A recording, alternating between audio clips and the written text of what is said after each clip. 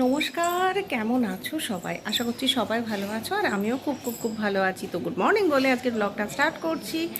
এখন ঘড়িতে সময় ওই যে ঘরে ঘড়ি দেখতে পাচ্ছ কি জানি না, 11টা 15 মতোই বাজে, কারণ ঘড়িতে 11টা 20 করা আছে। তো আজকে তো রবিবার, হ্যাপি সানডে। তো হ্যাপি সানডের একটা ব্লগ নিয়ে তোমাদের সামনে চলে এসেছি। আর সানডে যখন, তখন তো স্পেশাল বানাতেই হবে। এখানে আমি ওয়াশিং মেশিনে জামা কাপড় কাচিনি, শুকিয়েছি, কারণ ওয়েদার যা, তাতে জামা কাপড় শুকোতে অনেক সময় লাগছে। আর জামা কাপড় শুকোতেও সময় হতে হতে বৃষ্টি চলে আসছে, সেই কারণে আমি হাতে কেচেছি, দিয়ে শুকিয়ে নিয়েছি ওয়াশিং মেশিনে। এটা আমি প্রায়ই করে থাকি, তোমরা তো জানোই। তো এবার যাব রান্নাঘরে। তো রবিবার যখন, হ্যাপি সানডেকে হ্যাপি করার জন্য তো স্পেশাল কিছু করতেই হবে। তো সেই স্পেশালটা করার জন্যই তোমাদের নিয়ে এখন আপাতত রান্নাঘরে যাব। আর কি বানাচ্ছি সেটা তোমাদের সঙ্গে শেয়ার করবো। চলো আমার সঙ্গে থাকো আর দেখতে থাকো। তো এবার চলে এসেছি আমি রান্নাঘরে, আর চিকেনটা আমি ভালো করে ধুয়ে পরিষ্কার করে নিয়েছি। চিকেন রেসিপিটাই আজকে তোমাদের সাথে শেয়ার করছি। চিকেনের মধ্যে দিয়ে দিলাম বেশ কিছুটা লবণ, আর দিচ্ছি একটুখানি হলুদ, আর দেব একটু টক দই, দিয়ে এটাকে ম্যারিনেট করব। টক দই ওই জাস্ট 2 চামচ মতো টক দই দিলেই হয়ে যাবে। টেবিল চামচ দিচ্ছি না, টি টেবিল চামচ বলা যেতে পারে, মানে মাঝারি সাইজের চামচে 2 চামচ মতো টক দই আমি কিন্তু দিয়েছি। দিয়ে এটাকে ভালো করে মেখে নিচ্ছি, আর হাতের সাহায্যেই মাখছি, কারণ আমার হাতটা পরিষ্কারই আছে। আর আমার ধারণা, রান্নাঘরে যদি হাতের সাহায্যে কোনো কাজ করা যায়, সেক্ষেত্রে কিন্তু ভালোবাসাটাও মিশে যায়। আর হাতের ভালোবাসা মিশে গেলে তো মনের ভালোবাসাও মিশে যাবে, তাতে রান্নাটা কিন্তু আরও সুন্দর হবে। সবসময় আমি যে হাত দিয়েই করি তা না, ক্ষেত্রবিশেষে আমাকে চামচ ইউজ করতে হয়। তবে আজ যেহেতু সময় আছে এবং একটু বেশি যত্ন নিয়েই রান্নাটা বানাচ্ছি, প্রিয় মানুষদের জন্য তো রান্না সবসময় যত্ন করেই আমরা বানাই। তো সেই কারণে একটু হাত দিয়ে ভালো করে মেখে এটাকে আধ ঘন্টার জন্য ম্যারিনেশনে রেখে দেবো। এটা তোমরা চাইলে 1 ঘন্টা মতো ম্যারিনেট করতে পারো, তবে আমি আধ ঘন্টাই করেছিলাম, এবং তাতে কিন্তু চিকেনটা বেশ নরম হয়ে গেছিলো এবং খুব সুন্দর হয়েছিল। আর এই যে আমার বাতিক, সব সময় হাত ধোয়া এবং তারপর ট্যাপ ধোয়া, এটা আশা করি তোমাদেরও কারো কারো আছে। কার কার আছে অবশ্যই কমেন্ট করে কিন্তু আমাকে জানাবে। তো যাই হোক, এদিকে আমার ম্যারিনেশন কমপ্লিট, আর এইটুকু প্রিপারেশন আমি রেডি করেছি, যেটা দিয়ে আমি একটা কমপ্লিট মশলা বানাবো। কি মশলা বানাচ্ছি সেটা তোমাদেরকে দেখাবো অবশ্যই। ওদিকে চিকেনটা ম্যারিনেশনে ছেড়ে দিলাম, আর এদিকে দিলাম একটুখানি তেল। তেলটা আমার ইউজ করা, কিছুক্ষণ আগেই আমি একটুখানি নিমকি ভেজেছিলাম। তো যেহেতু আজকেরই তেল, তাই সেটা ইউজ করে ফেলছি। আগের দিনের পোড়া তেল হলে ইউজ কখনোই করতাম না, কারণ আমি পোড়া তেলটা একদমই ব্যবহার করি না। আর এটা সানফ্লাওয়ার অয়েলেই আমি রান্না করছি।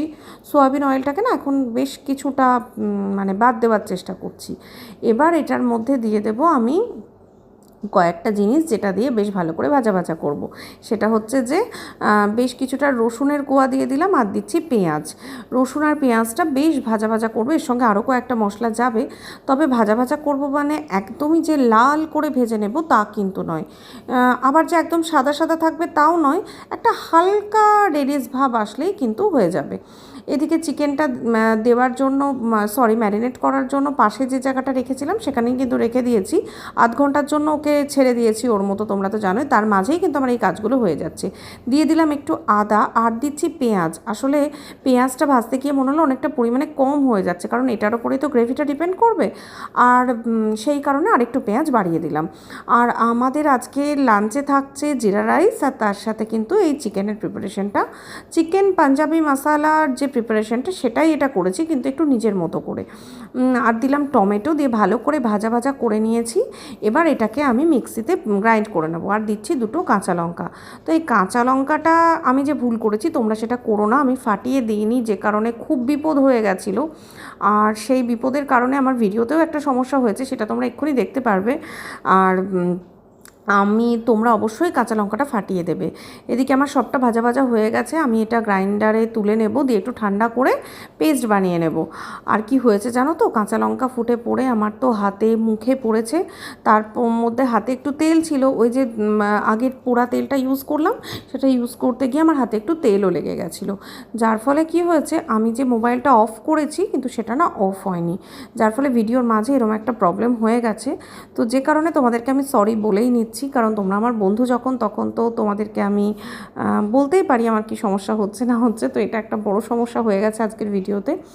তো কিছু করার না, এই সময়টা আমি একটু মেডিসিন নিচ্ছিলাম, আসলে একটু সিলভার এক্স দিলাম। সাধারণত পুড়ে টুড়ে গেলে আমি সিলভার এক্স দিই। তোমরা কী করো সেটা কিন্তু অবশ্যই কমেন্ট করে আমাকে জানাবে। আমার তাতে মনে হয় সিলভার এক্স দিলে একটু ঠান্ডা পড়ে এবং ফোসকাটাও নেয় না। তো আমিও সেটাই করেছি। আর এবার আমি সরাসরি রান্নায় চলে যাবো, আর বিশেষ বকবক করবো না, কারণ যে জ্বালাটা হচ্ছে সেটা তো আমি বুঝতেই পারছি, জানোই তো। তবে রান্নাঘরে আসলে এরকম তো হতেই পারে, এরকম হয়েও থাকে, আমার তো ভীষণই হয়, তোমাদের কার কার হয় অবশ্যই কিন্তু জানিও। সেই ছোটোর থেকে রান্না করছি, কিন্তু আজও রান্নাঘরে এসে আমার সমস্যার মানে পোড়া ছ্যাঁকা খাওয়া এটা কিন্তু কমেনি। তো এবার সরাসরি রান্নায় চলে গেলাম। এবার তেলের মধ্যে দিয়ে দিচ্ছি বেশ কিছুটা গোটা গরম মশলা, দারচিনি, লবঙ্গ আর ছোটো এলাচ, আর দিলাম একটা শুকনো লঙ্কা। এবার দিচ্ছি পেঁয়াজ কুচি করা। এবার যে ডিশটা আমি বানাচ্ছি কাশ্মীরি পাঞ্জাবি চিকেন মশালা, তো সেক্ষেত্রে কিন্তু এই জায়গাটা আমি দেখিনি, এটা আমি নিজের মতো করেই বানিয়েছি। আমি যে কোনো রান্নায় সেটা করে থাকি, প্রিপারেশনটা দেখি এবং ভালো লাগে হয়তো, বা টেস্টটা ভালো লাগে, কিন্তু এক্স্যাক্টলি সেইভাবেই কিন্তু আমি করি না। আমি একটু রান্নাটা সবসময় এক্সপেরিমেন্ট করি এবং নিজের মতো করেই করার চেষ্টা করি। এবার এর মধ্যে দিয়ে দিচ্ছি বেশ কিছুটা লবণ, তাতে পেঁয়াজটা খুব তাড়াতাড়ি নরম হয়ে যাবে। আর দেব এর মধ্যে একটুখানি কাশ্মীরি লঙ্কা, যাতে কালারটা বেশ সুন্দর আসে। এই দেখো কাশ্মীরি লঙ্কাটা দিয়ে দিচ্ছি, দিয়ে এবার এটাকে হালকা করে ভাজবো, কারণ কাশ্মীরি লঙ্কা দিয়ে খুব বেশি ফ্রাই করলে যেটা হয় একটু পোড়া পোড়া হয়ে যায়। এবার যে ম্যারিনেটেড চিকেনটা আমার রেডি করা আছে, আমি আধ ঘন্টা মতো ম্যারিনেট করেছিলাম, এবং সেটা দিয়ে দিচ্ছি। দিয়ে এবার এটা কষাবো। এই রান্নাটার মেন প্রিপারেশনটাই হচ্ছে, এটা যত ভালোভাবে কষাতে পারবে ততটাই কিন্তু রান্নাটা সুস্বাদু হবে। আর আমি অনেকক্ষণ সময় নিয়েই কষিয়েছিলাম, কারণ আজকে আর বিশেষ কিছু রান্না করিনি, তোমাদের বললাম না, এর সাথে শুধু জাস্ট জিরা রাইস বানিয়েছিলাম। আর সেটা তো খুব তাড়াতাড়ি হয়ে যায়, কারণ আমি যখন চিকেন করছি তার আগে আমার অলরেডি ভাত করা হয়ে গেছে। আর রাতে এটা আমরা নান দিয়ে খেয়েছিলাম, নানটাও কিন্তু বাড়িতেই বানিয়েছি। এবং ইচ্ছে আছে তোমাদের সাথে নান এবং জিরা রাইস দুটোরই রেসিপি কোনো একটা দিন শেয়ার করার। তো এবার যে মশলাটা আমি বেটে রেখেছিলাম সেটা দিয়ে দিলাম, এবং সেটা দিয়েও কষাচ্ছি। এটাতে খুব একটা জলের ইউজ করব না, জাস্ট একটুখানি জল দেবো, যেটুকু আমি দিই 3 বার, ব্যাস সেটুকুই। চাইলে নাও দিতে পারো। আমি একটা আমার অভ্যেস বলতে পারো বা বাতিক বলতে পারো, যে জল না দিলে বোধহয় রান্নার মাংসটা সেদ্ধ হলো না, তাই 3 বার দিচ্ছি। আর এর মধ্যে দিচ্ছি একটুখানি জিরের গুঁড়ো, আর দেবো গরম মশলার গুঁড়ো। আশা করছি বন্ধুরা তোমাদের রান্নাটা ভালো লাগছে, বা বাড়ির সবাই খেয়ে ভালোই বলবে রান্না করার পর। কে কী বললো সেটা কিন্তু অবশ্যই কমেন্ট করে জানিও, আর আমাকে একটা লাইক করে দিও। আর যারা ফেসবুক থেকে দেখবে তারা অবশ্যই ফলো করবে, আর যারা ইউটিউব থেকে দেখবে তারা প্লিজ চ্যানেলটা সাবস্ক্রাইব করে দেবে। এদিকে রান্নাটা কিন্তু কমপ্লিট, 10 মিনিটের জন্য সিমে রেখে দিলাম। আর 10 মিনিট সিম করার পর এদিকে দেখো তেল ছেড়ে দিয়েছে।